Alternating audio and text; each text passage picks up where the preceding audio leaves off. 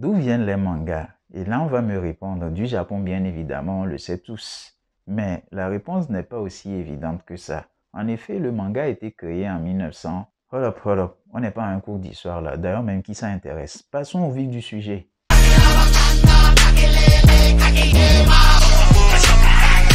Salut et bienvenue sur Pure World. Ici on parle de manga et de jeux vidéo tout en partant à la découverte des cultures africaines qui sont tellement riches et diversifiées qu'elles méritent qu'on les adapte en œuvres de fiction au même titre que les Japonais le font si bien avec leur culture.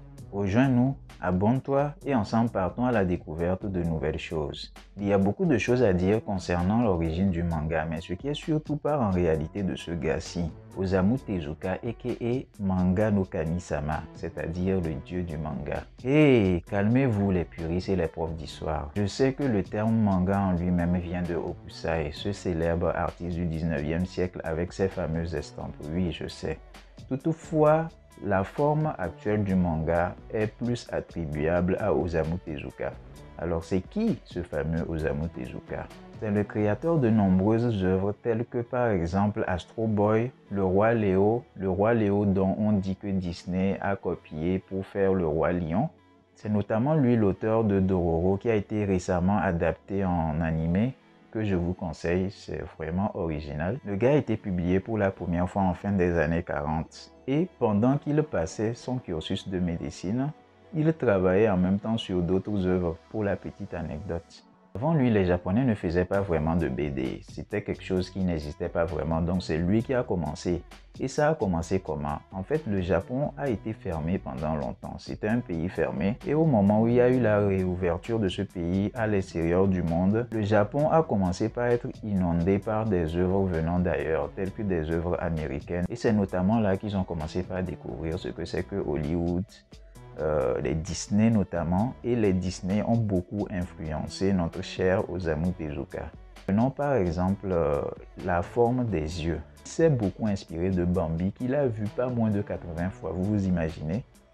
Non seulement il s'est inspiré des œuvres Disney, mais il s'est inspiré également du cinéma hollywoodien avec leurs différents plans de caméra et le dynamisme qu'ils ont dans leurs scènes. Si vous remarquez bien, c'est là que vous allez bien voir la différence avec le manga et puis les BD franco-belges qui existaient à l'époque ou bien les comics. Et si vous observez bien, vous allez voir que chez les autres, en particulier dans les BD franco-belges, pour ceux qui ont lu Tintin ou des œuvres comme Lucky Luke par exemple, les cases sont à peu près identiques et il n'y a pas tellement de dynamisme dans les différents plans de caméra, ce qui n'est pas le cas au niveau des mangas. Donc c'est Osamu Tezuka qui a commencé par faire ça. Et tenez-vous bien, le gars a publié tellement d'œuvres que le gars de One Piece n'est qu'à 10% de ce que Osamu Tezuka a pu faire durant toute sa carrière. Donc c'est toutes ces influences extérieures qui ont fait que le manga est né en réalité dans les années 40. Et pour se différencier des autres, ils ont nommé leur BD manga en reprenant l'expression de Hokusai.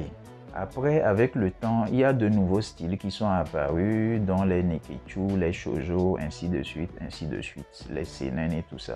Puis ce n'est pas tout côté inspiration. Les générations qui ont suivi ont non seulement été inspirées par notre cher Osamu Tezuka, mais aussi par des œuvres venant de l'extérieur.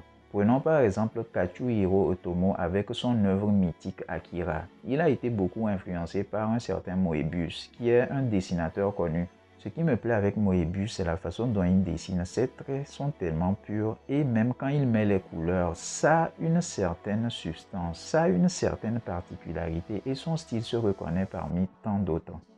Les Japonais ont eu leur particularité, c'est qu'ils ont utilisé leur façon de faire la calligraphie pour l'incorporer à leur style. Bien évidemment, il y a eu des œuvres telles que Dragon Ball, Jojo Bizarre Adventure et d'autres telles que les Naruto, ainsi de suite, Hunter x Hunter et autres qui ont réussi à conquérir le monde et à faire du manga ce que c'est maintenant, quelque chose de connu dans le monde, en particulier dans l'espace francophone. Pour résumer, je dirais que le manga, qui est quelque chose d'aussi incontournable à cette époque, est une création inspirée de ce qui existait déjà, c'est-à-dire les Disney, le cinéma hollywoodien, les BD de style franco-belge, les comics, ainsi de suite, et plein d'autres inspirations différentes.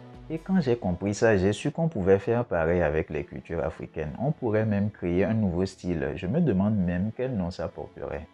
Pendant longtemps, j'ai cru que le manga faisait partie de la culture japonaise depuis longtemps et je pense que beaucoup d'entre vous aussi pensaient ça. Mais en réalité, non, c'est quelque chose qui a été créé récemment et qui est inspiré de plein de choses qui viennent de l'extérieur. Et notamment, ça a été un très bon canal pour montrer la culture japonaise au reste du monde. Il y a les Coréens par exemple qui sont en train de faire pareil, mais eux, ils le font avec la K-pop, la musique. Merci à vous pour votre attention. En passant, j'ai créé une petite BD inspirée du style manga appelé Guinaou, le roi des Guinées, où j'ai adapté un petit conte africain.